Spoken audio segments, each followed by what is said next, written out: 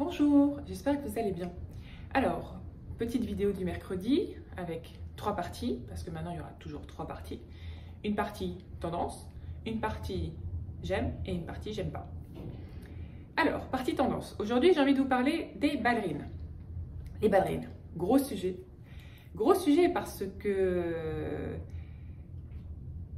elles sont passées de super tendance à super ringarde et elles redeviennent tendance. C'est toujours rigolo en fait d'être témoin d'un cycle dans la mode. Et en fait, moi j'ai été témoin de ça. C'est-à-dire que quand on a commencé tendance de mode en 2008, non, si, 2008, excusez-moi, 2007-2008, les ballerines, quand moi j'ai commencé à me plonger dans les tendances, à me plonger dans les collections, etc. Les ballerines, c'était le truc. En fait, tout le monde en portait. C'était avoir des ballerines répéto, c'était le Graal, autant pour les lycéennes que pour les filles de 30 ans. C'est aller avec le Speedy de Louis Vuitton, vous voyez, c'était Speedy et ballerine. Que de bons souvenirs. Bref, en tout cas, c'était le Graal. Et il y avait Malols, il y avait Repetto, il y avait Bloch ou Bloch, je sais jamais, je pense qu'on dit Bloch. Mais toutes les marques les faisaient, tu en avais partout dans la fast fashion, même si au début, enfin 2007-2008, il y avait Zara et H&M existaient, il n'y avait pas de e-shop. Il faut quand même savoir qu'en 2008, le e-shop de Zara n'existe pas. C'est rigolo quand même. Bref. Cette période-là, la ballerine au top, au top. Donc c'est dans les années, c'est la fin des années 2000, d'accord? Donc elle a eu une progression entre les années 2000 et les années 2011-2012 au top. Sauf que 10-11 ans comme ça, en mode la chaussure plate, facile à vivre, de la citadine, de la parisienne, parce que cette silhouette elle est énormément identifiée à la parisienne à ce moment-là, le slim, légèrement court sur la cheville, le petit blazer ou la veste Balmain dans l'esprit de Christophe Descarnins, pas Balmain d'aujourd'hui, merci mon Dieu. Voilà, c'était vraiment une silhouette forte.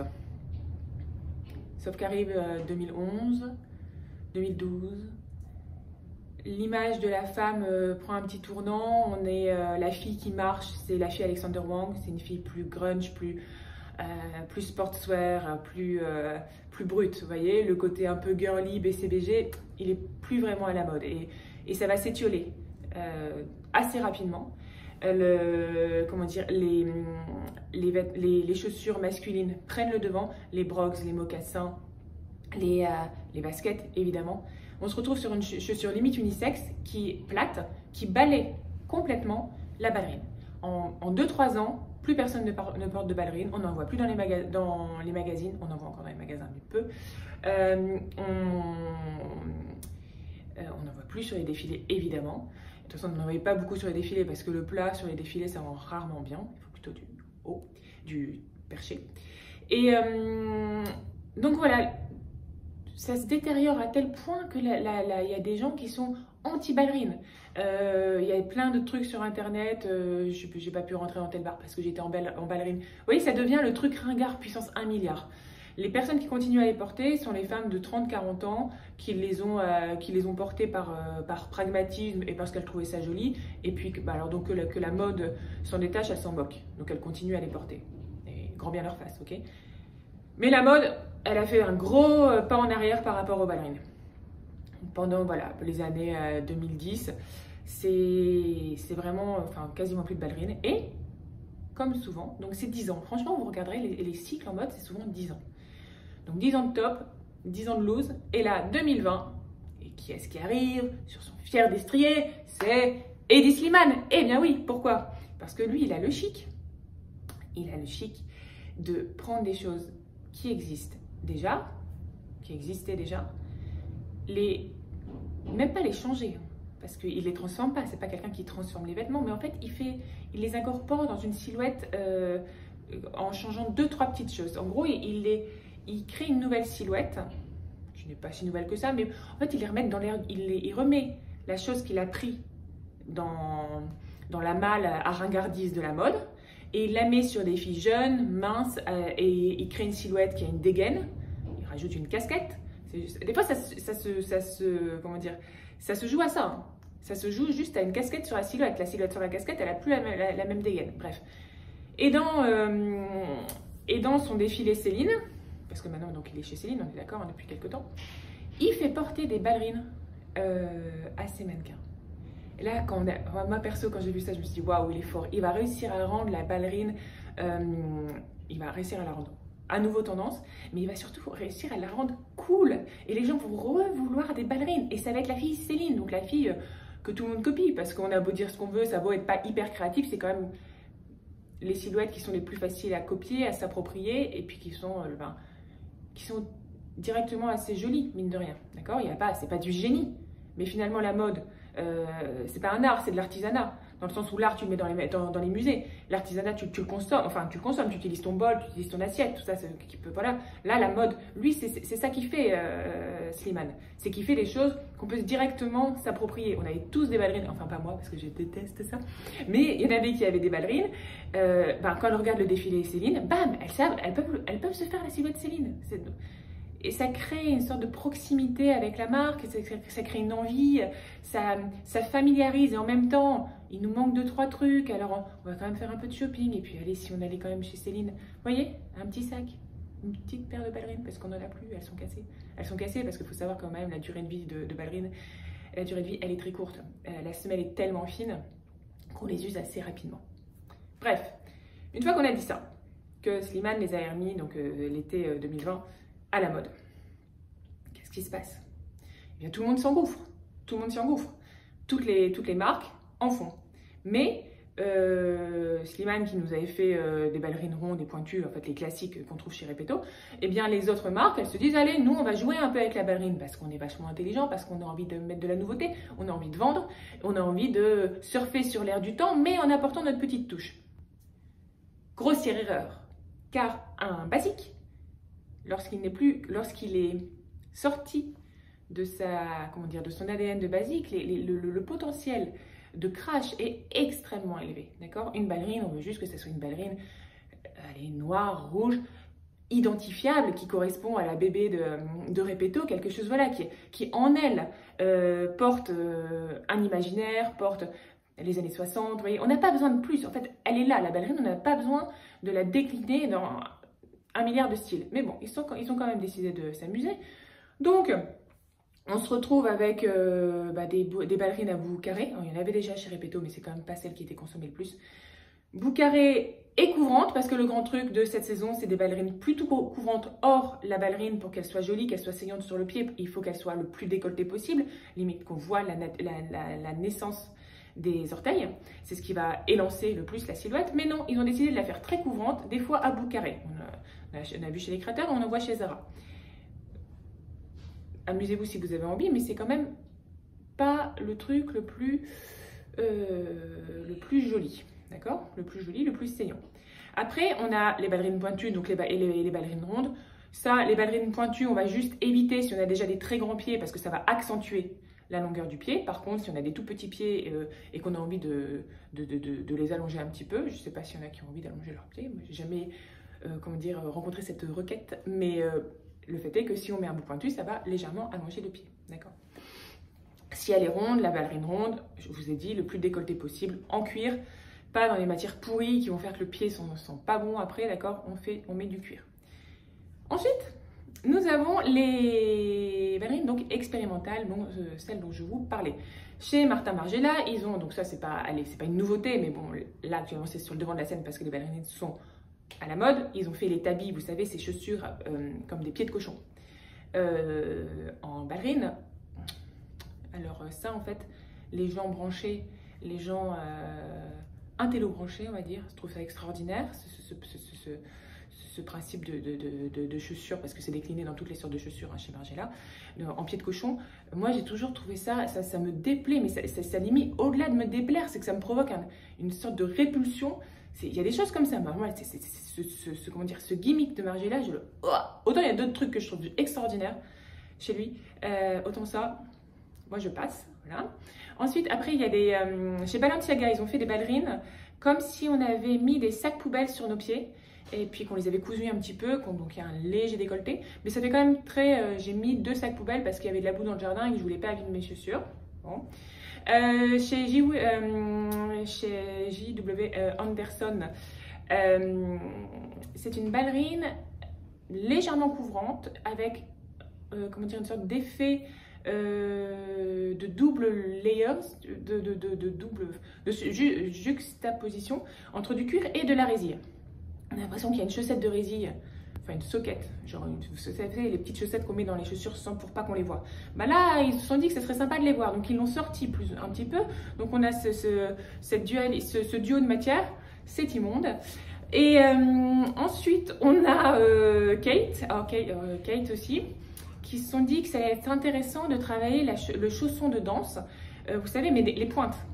Donc, ils reprennent le principe comme si c'était rembourré au bout, avec un bout un peu carré, un peu froncé.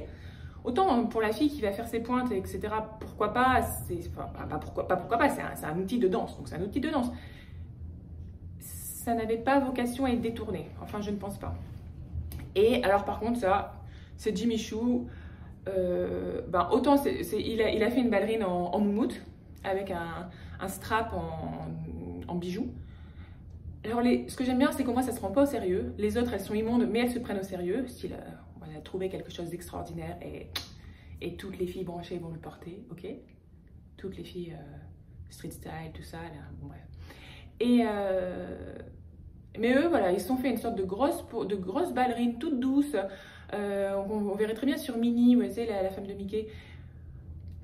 Je n'ai pas le prix en tête, ça doit être bien cher. Mais bon, au moins, c'est rigolo. Mais ça doit faire une silhouette un peu compliquée quand même. Parce que déjà, c'est plat. En plus, c'est gros.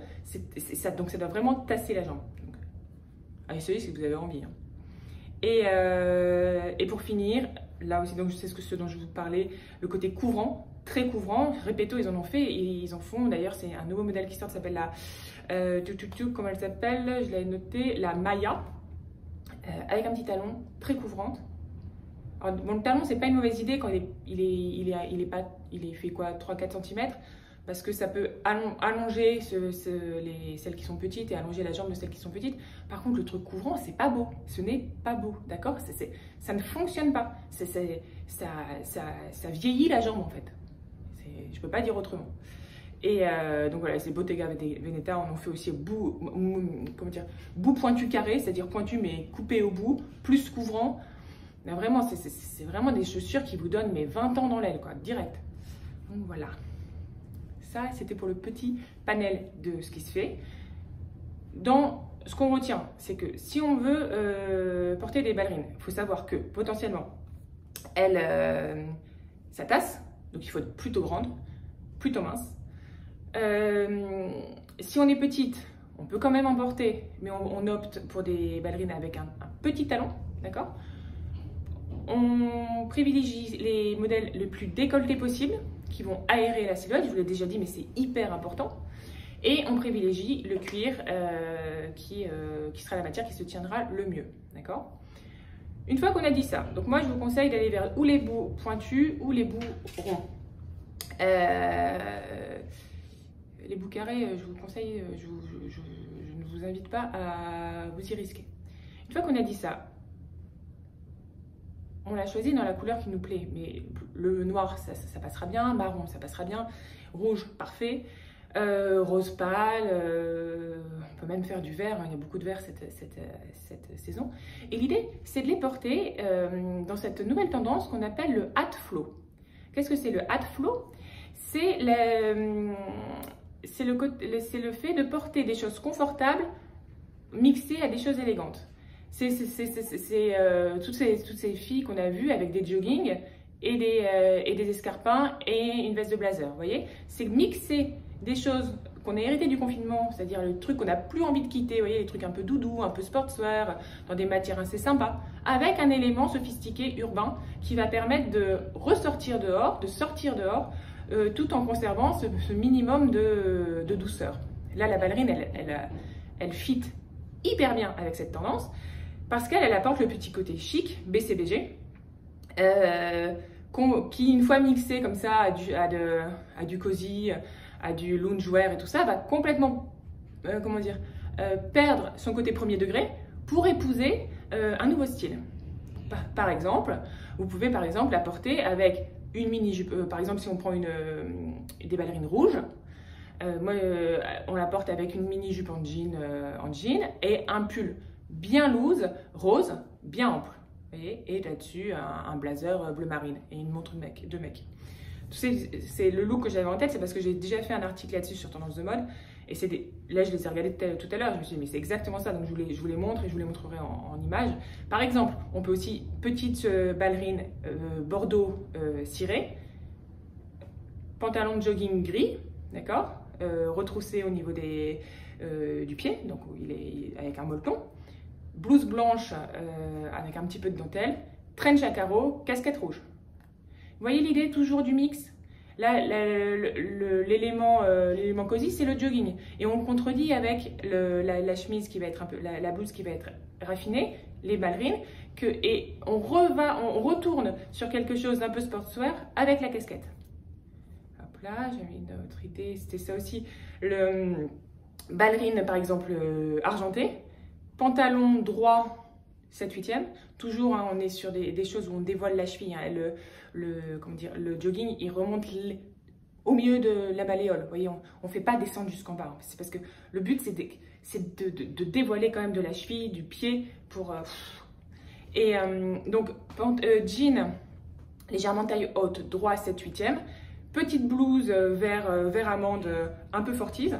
Et là-dessus, un blouson aviateur assez bleu marine, très masculin en fait, manche raglant et peut-être des petites barrettes.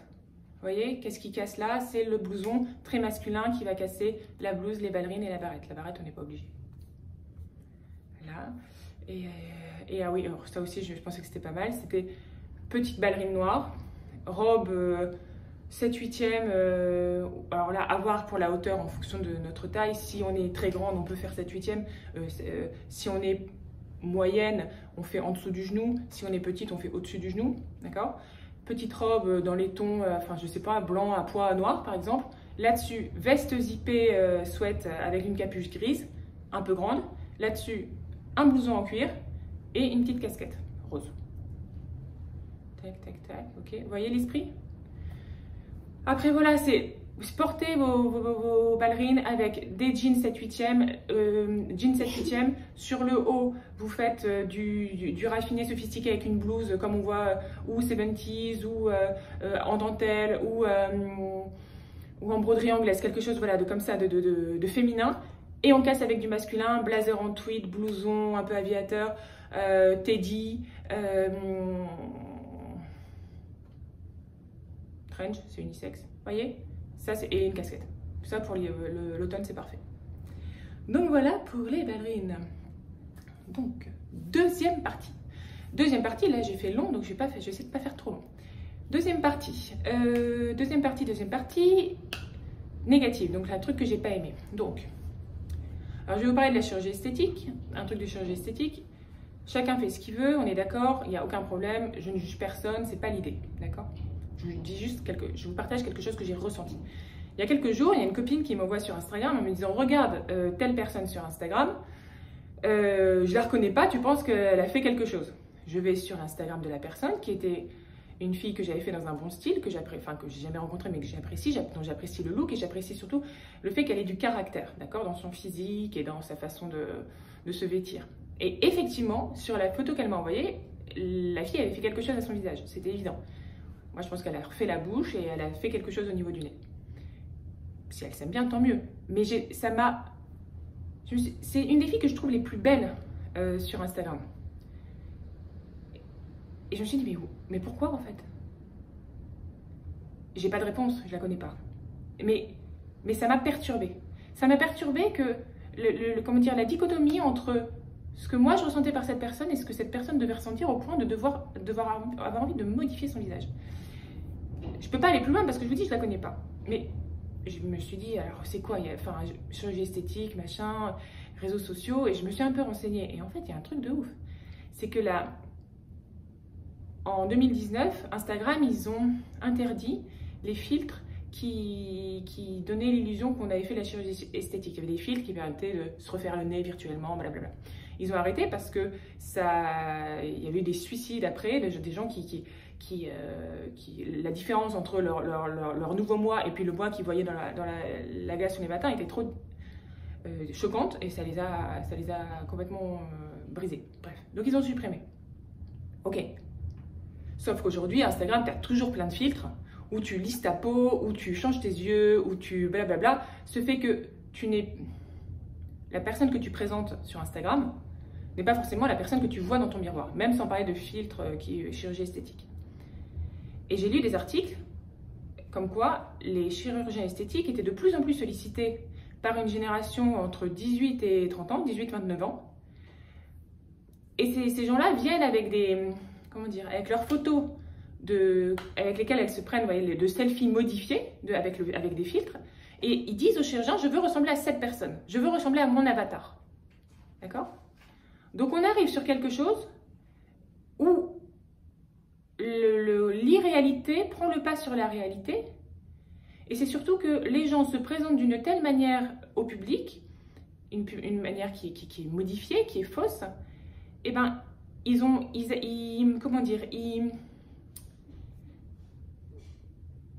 perdu le lien avec leur vrai eux. À tel point qu'ils l'ont perdu, ils veulent ressembler à leur avatar. Et le problème, c'est que je pense même en faisant de la chirurgie esthétique, ils n'y arriveront jamais. Un grain de peau, ça ne se modifie pas. Ça se modifie à la limite avec le maquillage. Mais quand tu enlèves le maquillage, c'est toujours toi. Bref, ce que je veux dire par là, c'est que les jeunes, et même les moins jeunes, mais surtout les jeunes, qui grandissent avec leur téléphone dans la main, à se faire des selfies tout le temps, à poster des trucs sur Instagram où ils sont modifiés, ils ont de plus en plus de mal avec leur réalité propre. Donc ils se détestent, donc ils s'aiment moins. Ils se détestent, donc ils ont une vie qui est compliquée.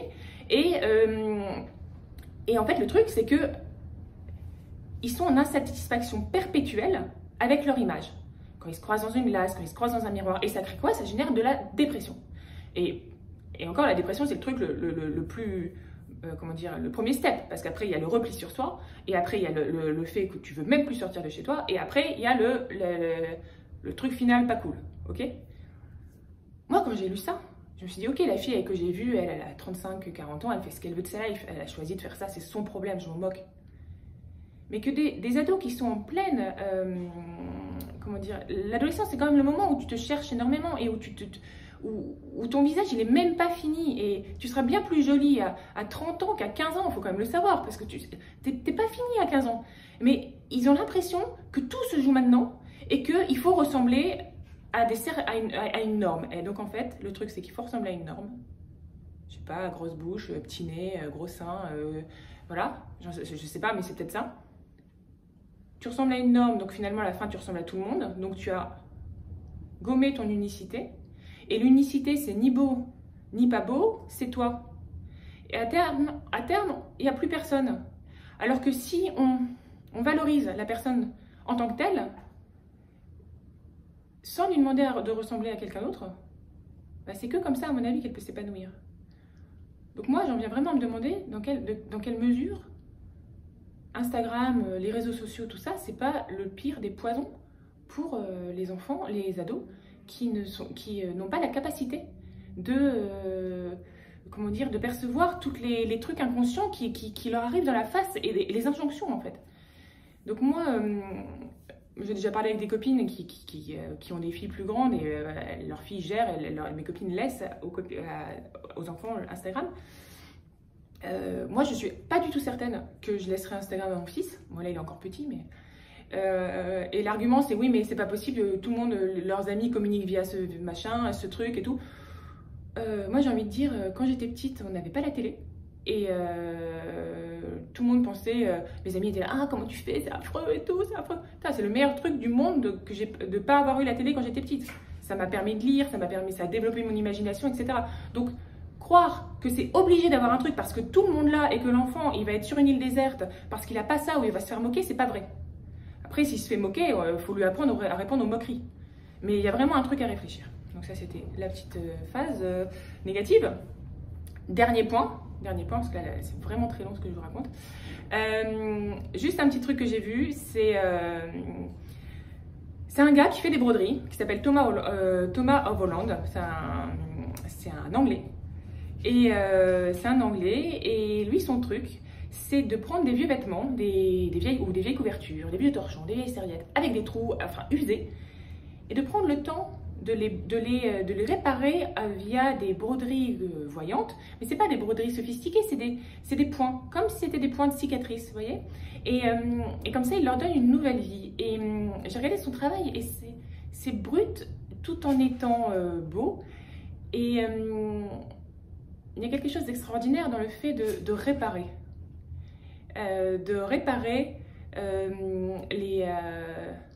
Réparer les matières et leur donner une nouvelle vie, une nouvelle existence, une nouvelle esthétique.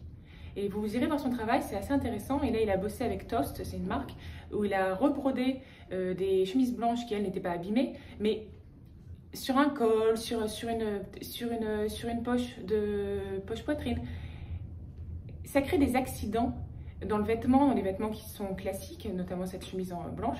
Et ça donne une authenticité au vêtement que moi je trouve extraordinaire parce que personne n'aura le même vêtement, vous voyez ce que je veux dire?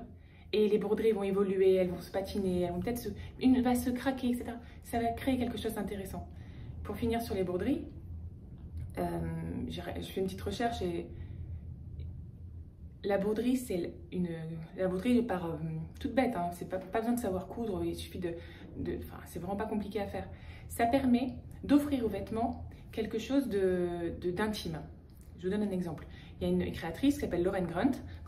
Elle brode des choses dans le col de truc, vous voyez là. Ce fait que si tu baisses, si tu as ton col, personne ne le voit. Si tu le relèves, on le voit. Une phrase, ce que tu veux.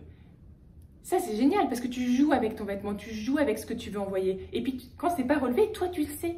Tu le sais, personne ne le voit. Mais toi, tu le sais. C'est comme il y en a d'autres qui brodent des choses à l'intérieur du col, à l'intérieur d'un poignet, juste pour la personne qui le porte, à l'intérieur d'un trench, vous voyez. Et moi, je me disais, mais le truc trop, comment dire, trop bien qu'on peut faire, en fait. Parce que quand tu mets un vêtement, ok, t'as mis ta veste, par exemple. Elle est jolie, elle te va bien. Mais c'est de se créer une histoire avec ce vêtement et de créer de la poésie au quotidien. Alors imaginez, vous prenez par exemple des choses, une date qui vous touche, je ne sais rien, la date de naissance de vos grands-parents ou des coordonnées géographiques, les coordonnées géographiques du lieu où vous êtes marié ou votre verre préféré ou je ne sais pas, une recette de famille. Vous voyez un truc que dont vous seul connaissez la valeur et quelqu'un pourra lire et comprendra rien, mais vous, c'est une sorte de secret entre vous et le vêtement, vous voyez? Et vous le brodez. Mais vous le brodez à un endroit où vous pouvez le voir et où personne ne peut le voir. Ou alors, on peut le voir si vous choisissez de le montrer. Intérieur de veste, poignet, revers de jean, sous le col, vous voyez? Et ça, moi, je trouve ça jouissif. Et ça donne encore plus de caractère et d'importance à un vêtement. Ça crée de la magie au quotidien. Et ça donne de la valeur... plus que l'air du temps, plus que la mode en tant que telle, vous voyez, c'est un truc qu'on crée. Et coudre et broder quelque chose, et après de l'avoir contre soi comme une sorte de porte-bonheur, je trouve ça extraordinaire. Donc voilà, j'espère que ça vous a plu. Je vous embrasse très fort, on se retrouve mercredi prochain. Ciao, ciao, bye bye.